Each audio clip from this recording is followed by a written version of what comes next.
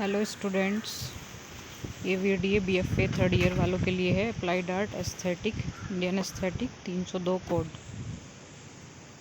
कल हमने भरत की रस थ्योरी के बारे में बात किया था, वो वीडियो अधूरी थी, ये उससे आगे का है। आज हम इस टॉपिक पे बात करेंगे रस कितने हैं। तो प्राचीन परंपरा में दूहड़ के अनुसार 8 रस हैं। जो हमारी प्राचीन परंपरा है उसमें दूहड़ के अनुसार 8 रस हैं, पर वासुकी ने नवा रस शांत माना। मतलब वैसे तो ये रस 8 हैं, पर वासुकी के अकॉर्डिंग नवा रस वो शांत माना गया है। भरत मुनि ने 8 रस स्वीकारे। इन्होंने 8 रसों के साथ 8 स्थायी भाव, 33 संचारी और 8 सात्विक भावों को मान्यता दी। मतलब वैसे तो भरत मुनि ने 8 रस स्वीकार किए थे, पर इन्होंने 8 रसों के साथ 8 स्थायी भाव, 33 संचारी और 8 सात्विक भावों को मान्यता दी। भावों के साथ स्थायी भाव ऐसे हैं जैसे राजा व उसके सहचर। विभाव को रस का कारण माना गया। अब इसमें आता है भरत मुनि का निरूपण। अपने सारे रस सिद्धांत का निरूपण भरत मुनि ने एक सूत्र के द्वारा किया। मतलब जितने भी भरत मुनि के सिद्धांत, रस सिद्धांत थे, उनका निरूपण भरत मुनि ने एक सूत्र के द्वारा किया, और वो सूत्र है तत्र विभावानुभाव व्यभिचारी संयोगादस निष्पत्ति। यह सूत्र मूल रूप से रस की निष्पत्ति के संबंध में है। मतलब जो ये सूत्र है वो मूल रूप से रस की निष्पत्ति के संबंध में है। यह बताता है कि विभाव, अनुभाव और व्यभिचारी भावों के संयोग से रस निष्पत्ति होती है। मतलब जो विभाव है, अनुभाव है और व्यभिचारी है, इनके भावों से संयोग से रस निष्पत्ति होती है। ऊपर से देखने में यह एक सरल और छोटा सूत्र है, पर इसके अर्थ गूढ़ है। इसको ठीक प्रकार से समझने के लिए भाव, विभाव, अनुभाव आदि को समझना होगा। मतलब ये आगे हम टॉपिक पे बात करेंगे जिसमें भाव, विभाव, अनुभाव इन सब के बारे में बताया जाएगा। तो इसमें यही कहा है कि इसको ठीक से समझने के लिए इनको समझना होगा। ये चित्र है भरत मुनि के अनुसार रस निष्पत्ति का। इसमें फर्स्ट है ये भाव, सेकंड है विभाव और थर्ड है अनुभाव। भाव के अंदर पहला आता है स्थायी, दूसरा संचारी, और संचारी को ही व्यभिचारी भी कहते हैं। सेकंड है विभाव। विभाव के अंदर आते हैं आलंबन और सेकंड है उद्दीपन। थर्ड है अनुभाव। अनुभाव में 4 आते हैं, आंगिक, वाचिक, आहाय, सात्विक। ठीक है, ये रस निष्पत्ति है। ये डायग्राम आपको एग्ज़ाम में भी बनाना है इस तरह से, तो ये आप अच्छे से लर्न कर लेना। अब आगे इसमें इसी के बारे में हम पढ़ेंगे, तीनों के बारे में, भाव, विभाव, अनुभाव, तीनों के बारे में डिटेल में है।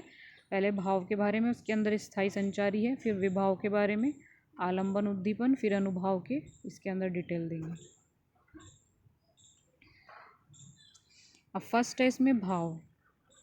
भाव क्या है? भाव मन की तरंग है। भाव का तो आपको पता ही होगा, जो हमारे भावात्मक पक्ष से संबंधित होते हैं। भाव के बिना रस नहीं और रस के बिना भाव नहीं।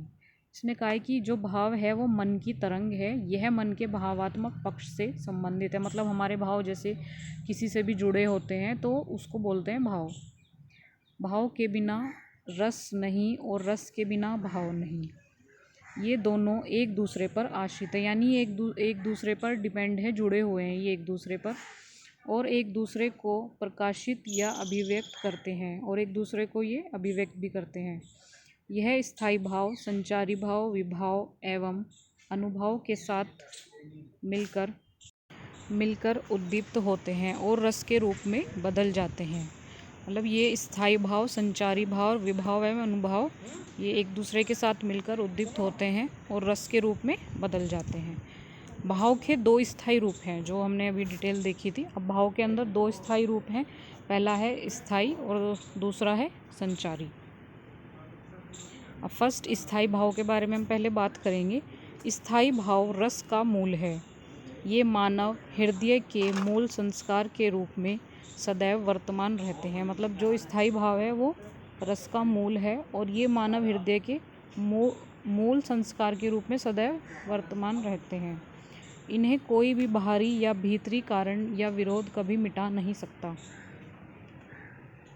इसलिए स्थायी है। मतलब स्थायी भाव वो होते हैं जो हमारे अंदर से कोई भी कभी ख़त्म नहीं कर सकता, जो परमानेंट हमारे अंदर रहते हैं, वो हमारे हृदय से जुड़े होते हैं और संस्कारिक रूप से होते हैं। स्थायी भाव मानव मात्र के मन में रहते हैं, प्राय यह शांत रहते हैं, पर मन में उसी तरह व्याप्त होते हैं जैसे मिट्टी में गंध।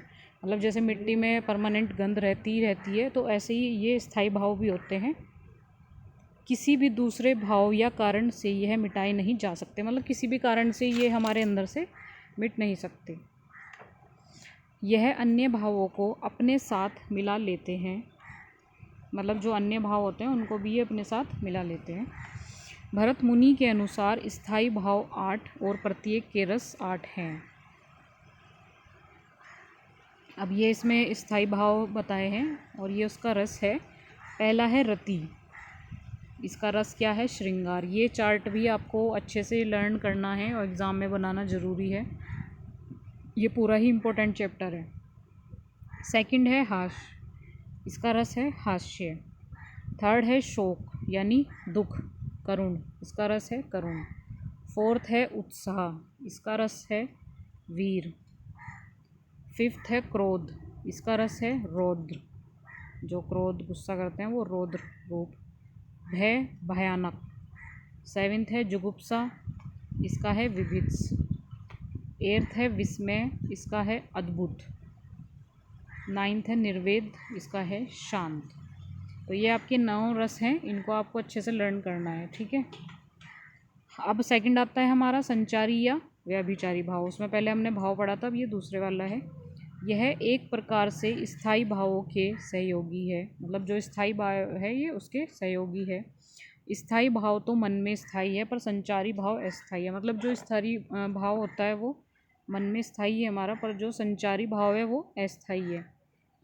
यह आते हैं स्थायी भावों को बल देते हैं और लोप हो जाते हैं। मतलब ये आते हैं स्थायी भावों को बल देते हैं और लोप हो जाते हैं, गुप्त हो जाते हैं। संचारी शब्द का अर्थ है साथ साथ चलना। इन्हें व्यभिचारी इसलिए कहा जाता है क्योंकि एक ही संचारी भाव कई स्थायी भावों का सहायक हो सकता है। मतलब एक ही जो संचारी भाव है वो कई स्थायी भावों का सहायक हो सकता है। भरत मुनि संचारी भावों की संख्या 33 मानी। जो संचारी भाव है उनकी संख्या भरत मुनि ने 33 मानी है। अब है विभाव, सेकंड पॉइंट है।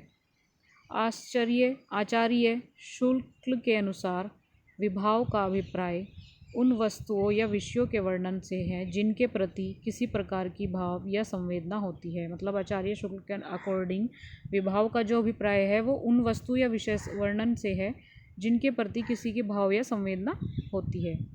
भरत मुनि के अनुसार विभाव वाणी व अंगों के आश्रित अनेक अर्थों का विभाजन अथवा अनुभव कराते हैं। मतलब भरत मुनि के अकॉर्डिंग है ये जो विभाव है वह वाणी व अंगों से के आश्रित अनेक अर्थों का विभावन अथवा अनुभव कराते हैं, इसलिए ये विभाव कहलाते हैं।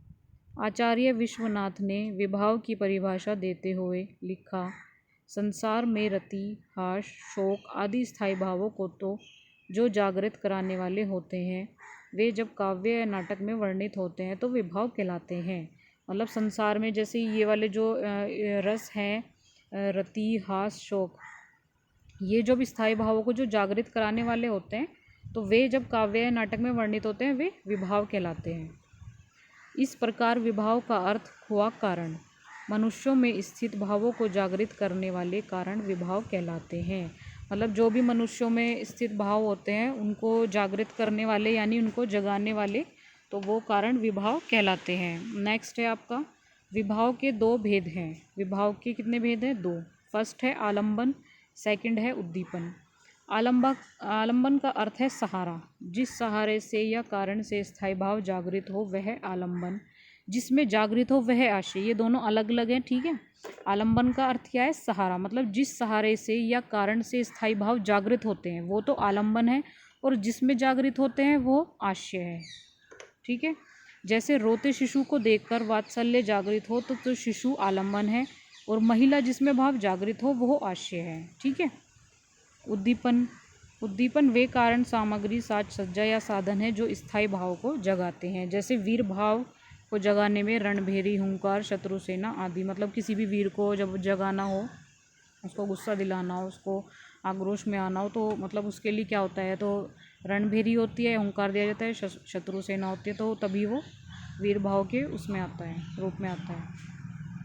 नेक्स्ट है आपका अनुभाव। स्थायी भाव को व्यक्त करने के लिए अपनाई गई उक्तियाँ, चेष्टा आदि। ये भाव जाग जाने के बाद आशय में उत्पन्न होती है, इसलिए इसे अनुभाव भाव का अनुगामी कहा जाता है। मतलब स्थायी भाव को जब हम व्यक्त करते हैं तो उसमें अपनाई गई उक्तियाँ, चेष्टा आदि होते हैं, और ये भाव जब जाग जाते हैं तो उसके बाद आशय में उत्पन्न होती है, इसलिए इन्हें अनुभाव भाव का अनुगामी कहा जाता है। जैसे विरह व्याकुल नायिका की आह व सिसकियाँ, आंसू पसीना आना, क्रोध में कठोर वाणी, लाल आंखें आदि। ठीक है। अब अनुभाव के इन्होंने 4 भेद बताए हैं। कौन कौन से? एक है आंगिक, दूसरा है वाचिक, तीसरा है अहाय, फोर्थ है सात्विक। तो फर्स्ट आंगिक है, इसमें क्या है, शरीर से अंगों से संबंधित, जैसे क्रोध में मुट्ठी बीचना। वाचिक क्या है, यानी बोलना। वाचिक मीन्स बोलना, मुंह से बोलना, वाणी से भाव व्यक्त करना, जैसे नायिका का विरह विलाप। अहाय क्या है, आरोपित कृत्रिम वेश रचना, बाल बिखारना, कपड़े फाड़ना, मतलब एक्ट करना। सात्विक क्या है, ये भावों के साथ होने वाले वास्तविक प्राकृतिक लक्षण हैं।